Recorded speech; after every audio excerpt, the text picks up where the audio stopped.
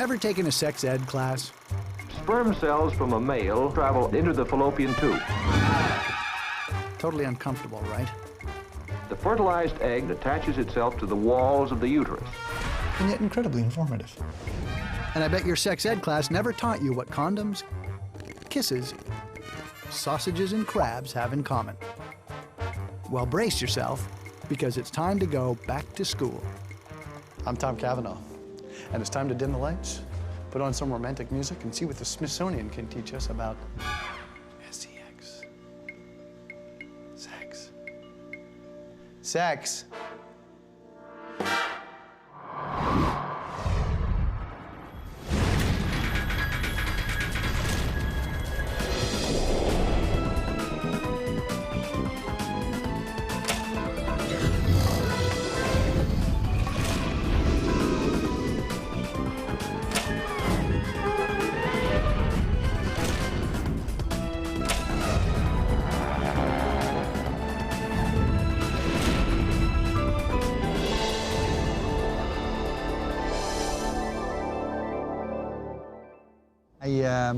I think it's time that we talked about. I'm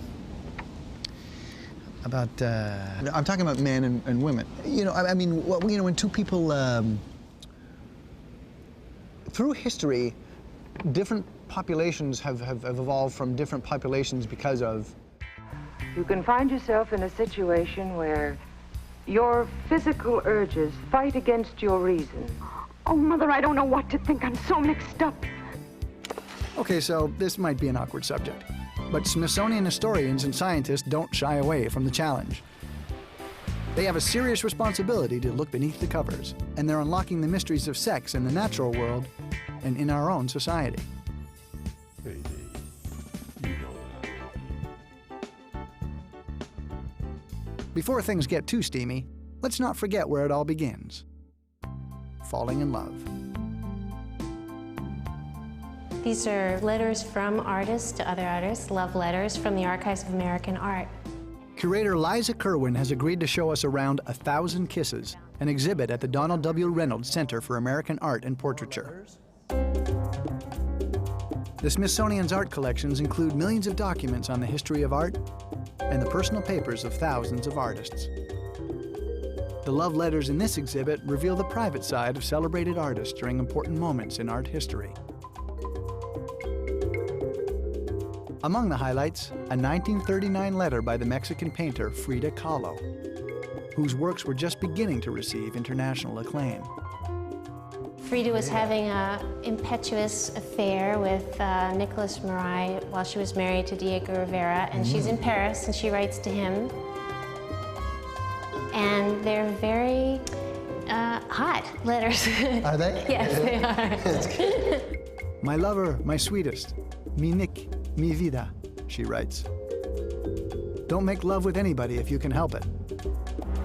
Those are Frida's lips. Really? Yes, when she wrote her letters. These right here are Frida's lips? Well, we've enlarged them. We've enlarged them, she says to me. So she was not, contrary to popular belief, 73 feet tall. No. But it's no surprise that artists can be passionate lovers. All over the Smithsonian's art museums, we find depictions of love and romance, mythical heroes, flirtatious nymphs, these two blissful newlyweds. Even the god Zeus, who took the form of a bull to seduce the beautiful Europa.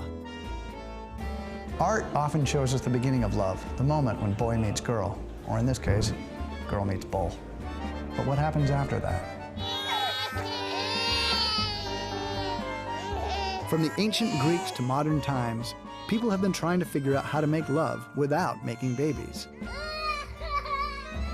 To learn more, let's go explore a collection you're not likely to see on display at the Smithsonian anytime soon. Our destination, the Medical Collections Vault at the National Museum of American History. If the Smithsonian is the nation's attic, we're on our way to visit the nation's top drawer in the nation's dresser and see what's tucked behind the nation's socks. That's right, it's the National Condom Collection, a fascinating set of contraceptives that traces a century of safe sex. Yep, the condom collection. Little latex nuggets of pharmaceutical history, all under the watchful eyes of medical collections curators Eric Jentsch and Diane Wendt.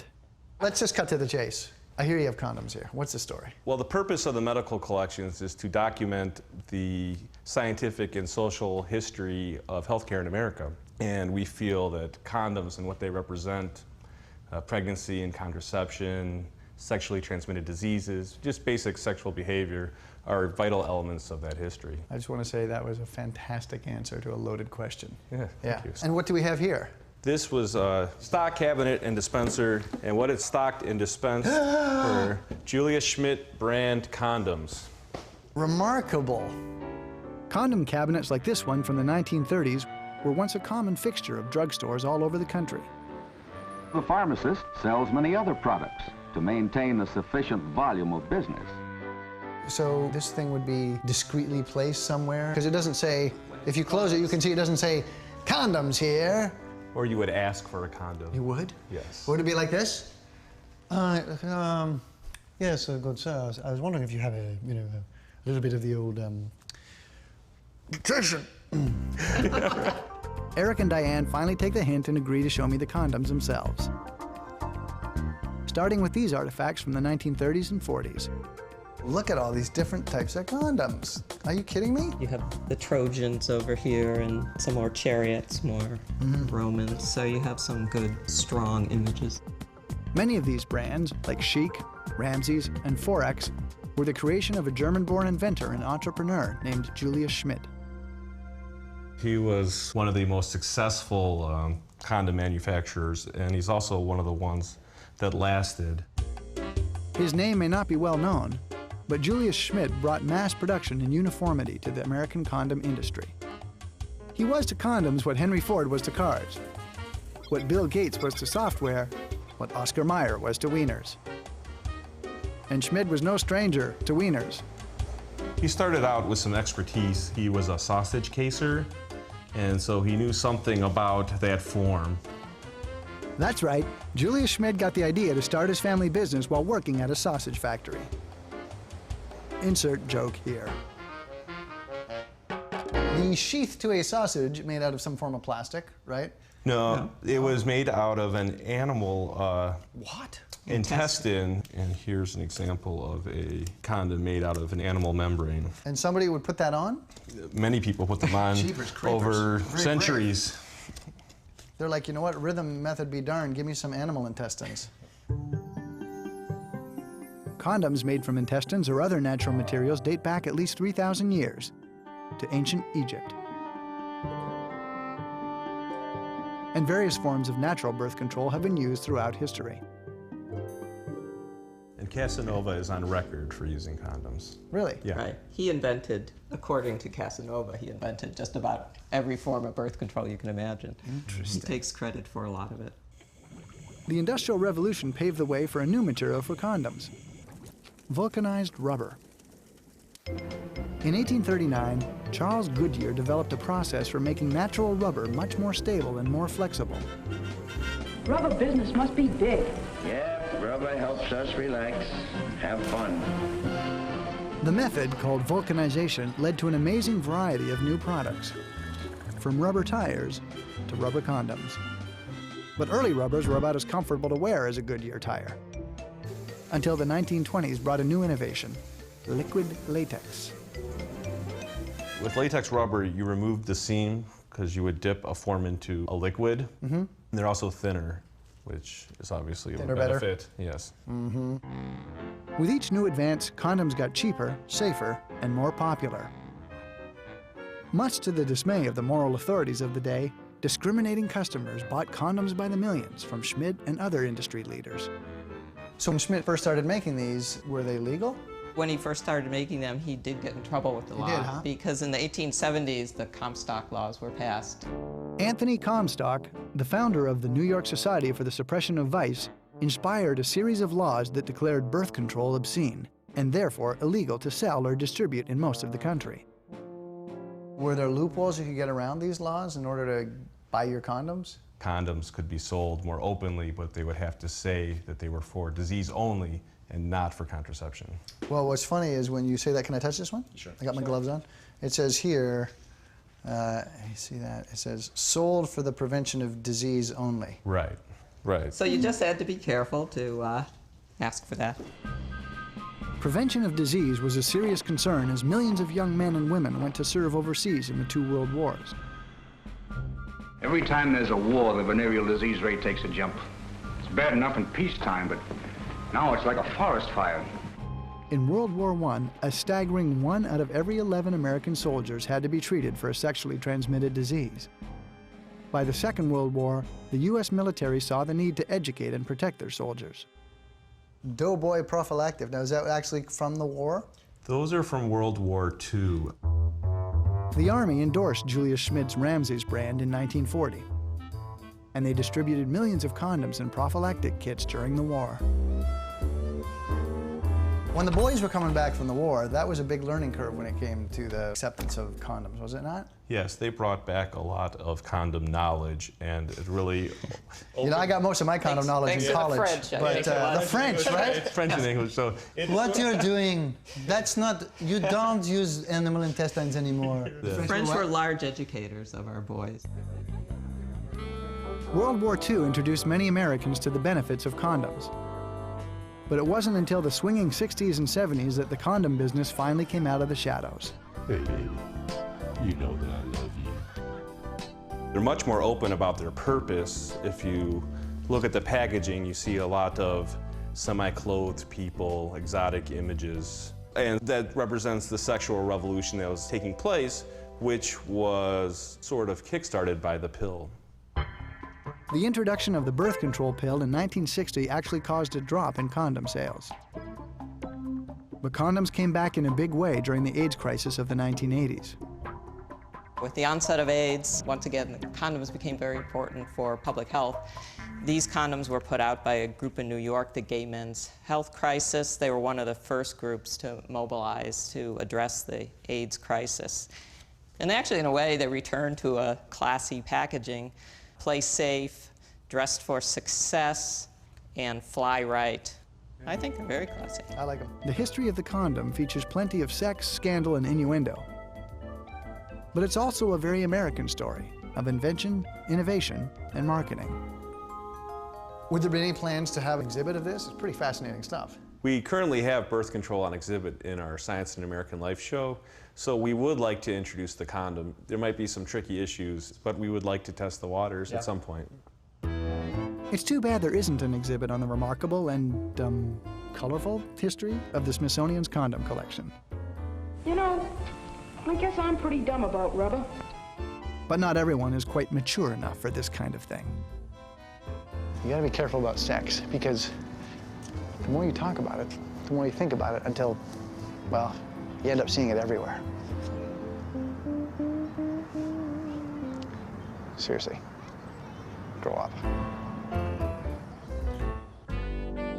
The fact is, the Smithsonian contains plenty of artifacts that might not be appropriate for your 4th grader's class trip. Like a cabinet of costumes belonging to Shirley Mae Leonard, a not-so-famous exotic dancer from the 1940s and 50s. This was one of her send-ups of the domestic life. So this was a costume that she wore. These would go around her neck, and they came in 2 sizes, both large and small. If she wore them together or separate, we're not sure, but a costume they were. But the fun doesn't stop there.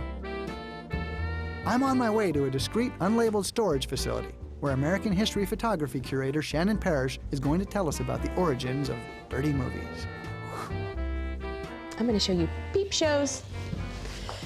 Shannon gets right to business, showing me a device called a Stanhope.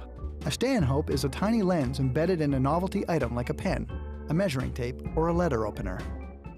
Look through that little hole right there. There's a little image in there with a lens. Glued to each piece of glass is a miniature photograph, barely visible to the naked eye. And speaking of naked... These are nudie pictures. What? Yeah.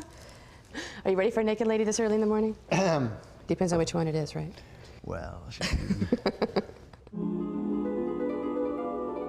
I see her. There she is. How you is. doing? Well, she's hardly naked. She's very modest. But she's provocative. I'll say she is. And this is a private moment. You don't have to share this with anybody, and you can hide this in your drawer. And when you're writing, you can linger. Stanhopes are just one example of a wave of voyeuristic devices that swept American society in the second half of the 19th century. Starting with photography, every technical advance of the era seemed to open new doors for seeing people with their clothes off. As soon as there was photography, there was pornography. Then right away they're like, we can take pictures. Oh good, take pictures of me naked. Exactly. That's how it rolls. We like to be naked. We like to show ourselves naked. We like to see other naked people. Ha! You're right. But there are social standards that change through the ages and through time, and since photography has begun. And so depending on who you were, depend on what kind of naked and nude you could see. They may not seem very scandalous to us, but images like these let middle-class Victorians satisfy their curiosity about sex without endangering their souls. Another gadget they used was a stereo view, which made the image 3D. Go on. So here's, again, voyeurism and the opportunity to see somebody doing something that you wouldn't watch them do in public, but you get a chance to peep at them. And these things were sold, in some cases, door to door. You would buy sets of them, fixed in So with... if I had this in my home, people wouldn't go, hey, perv! No, not necessarily. Copy that. You would keep this in a special box underneath your smoking chair. But Stanhopes and stereo views were no match for the next wave in erotic entertainment, the mutoscope. So this is one of them. This is a mutoscope. The abductors. Ooh, look at this. So here it is. The mutoscope was invented by Herman Kassler in 1894, around the same time as the emergence of cinema. This was adapted with paper pictures of progressive action run rapidly on a revolving wheel for an audience of one. And you would go into an arcade and you could see banks and banks. That's where you'd find these things, in arcades? In arcades. Lots of other penny slot machines, pinball machines, weight machines, things like that. Costing only a penny or a nickel helped mutoscopes survive the dominance of the movie industry well into the 1940s. They also lasted by supplying a steady stream of sexy situations, taboo subjects, and suggestive titles. You would walk up to the mutoscope machine and you'd see this title card over it so you'd know what you were going to pay for. 1 cent. 1 cent to see what he wanted. And he got what he wanted. Which was a smooch, I think. Mm-hmm. She was not very happy about it.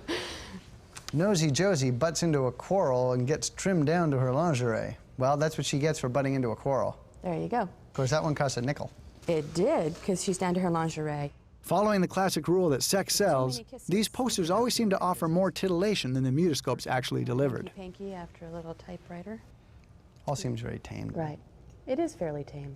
But behind closed doors, those guys were getting it on, you know what I'm saying? Exactly. I mean sex.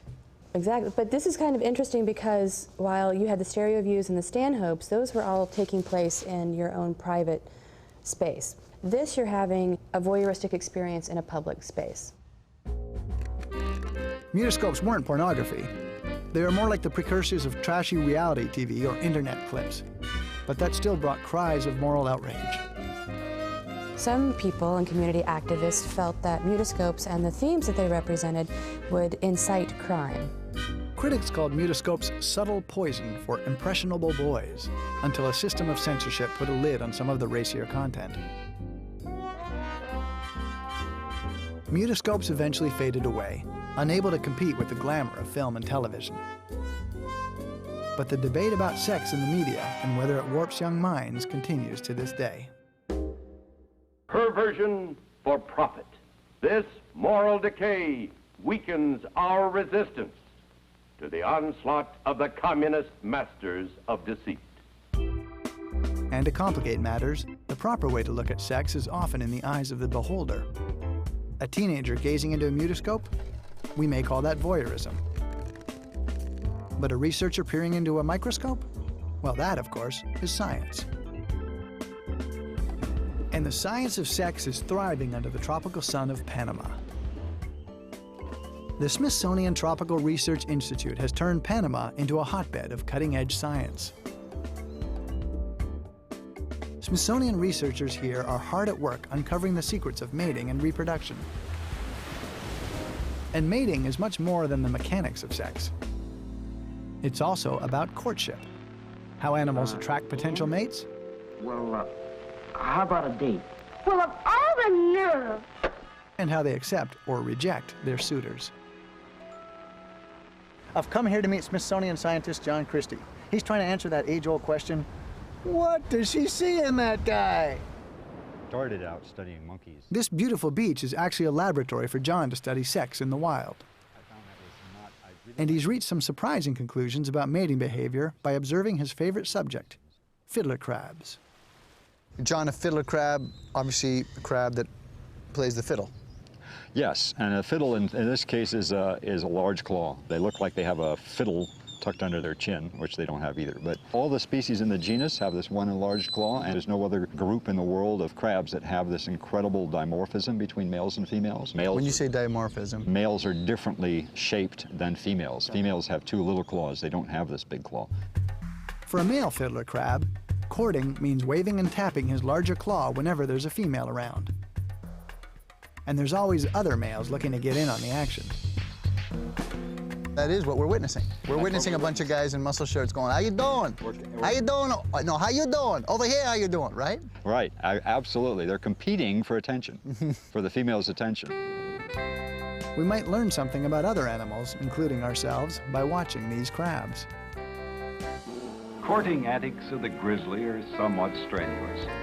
John's specialty is behavioral ecology, the study of how animals act to attract mates and why their evolving behavior leads to greater biological diversity. If we're interested in what causes biodiversity, then we have to study communication. You know, what's attractive, what isn't attractive, and how does it result in differences between species. And most of those signals are involved in sexual communication. And studying fiddler crabs on this wide open beach provides a unique opportunity to learn something new about sexual communication almost every day. So essentially, in the tropics, sex happens year-round. It happens year-round, on the beach. And these guys just do their thing between your feet. It's really easy to work on them, and you can get lots of data quickly. So choosing a mate is paramount. It's how you choose a mate. It's the process of choosing a mate, not necessarily the end result. Conventional wisdom says fiddler crabs are easy to figure out. The guy with the biggest claw, who waves it the most, he gets the girl. But what if the claw only tells part of the story? John started looking at the bigger picture, and he found that females weren't just looking for a guy with big muscles, they were also keeping an eye on his real estate. The little sand structures we call hoods that they pile up around their burrow, that marks the burrow entrance. We know that males that build these objects are more attractive. The dude with the house is the better dude than the homeless dude. Is more attractive. She likes to get to him. She likes to go to him. It would be quite symbolic of the human race, too, would it not? Lots of parallels, absolutely. There was that perfectly scrumptious model house she'd been wanting for all these years. And here it was, exactly as she'd imagined. But these burrows are no architectural wonders. In fact, they're washed away with each high tide. So why do females find them so irresistible? Well, for one thing, they don't want to become dinner for a hungry bird. It seems like these guys are prime fodder for predators just hanging out here on the beach. Is that the case? Absolutely the case. A number of shorebirds, basically anything that isn't a fish specialist will eat them. In a dangerous neighborhood, females are more turned on by the idea of safety for themselves and their offspring, especially if there are birds around. It's very well built. And John shows us some of the experiments he used to prove that female fiddler crabs prefer males with a roof over their heads. We call this a sensory trap. The function is to stay safe as you move on the surface. And so that's how it's catching the female, as it were. From a crab's eye view, hoods stand out against the flat horizon of the beach and promise safe haven to females on the move. But of course, we just have to ask, does size matter? You could take one away from a male, very simply like that, and then you can put one that's bigger than he built on it, or one that's just of average size, or then we have the supermodels, which are really, really big, and then you can ask, as females are mate sampling, does this make them more or less attractive? Researchers discovered that female crabs are not impressed by the extra-large hoods. So you can build a whole big honking house, but it doesn't help you. It doesn't help you. Yep. Does a smaller house, does the smallest house hurt you? Yes. So having seaside real estate definitely attracts females, even if it's a modest shelter. But if your home is so small the ladies can't see it, you can keep shaking your giant claw all day long. It's not going to do you much good. As John digs deeper into the mating rituals of fiddler crabs, he's uncovering fascinating and complex patterns of behavior. I feel like we should hang a kerchief on the door and leave them their privacy. And yeah, let them go. And he's learning that safety plays a bigger role in the sex lives of crabs and other animals than many scientists ever expected. So do we feel we learned something here today? Good, because we're not going through that again. Even if it sometimes seems sordid, studying sex has real value in understanding our world. Whether we're exploring innovations in safe sex, tracing the evolution of erotic entertainment, or making the connection between natural selection and getting lucky at the beach. Sex can be a fun subject. But the researchers and curators at the Smithsonian have an important job to do, helping us understand not only the fun, but the science and history that can happen when the lights go out. Okay, good. I think we're good. I'm glad we had this talk.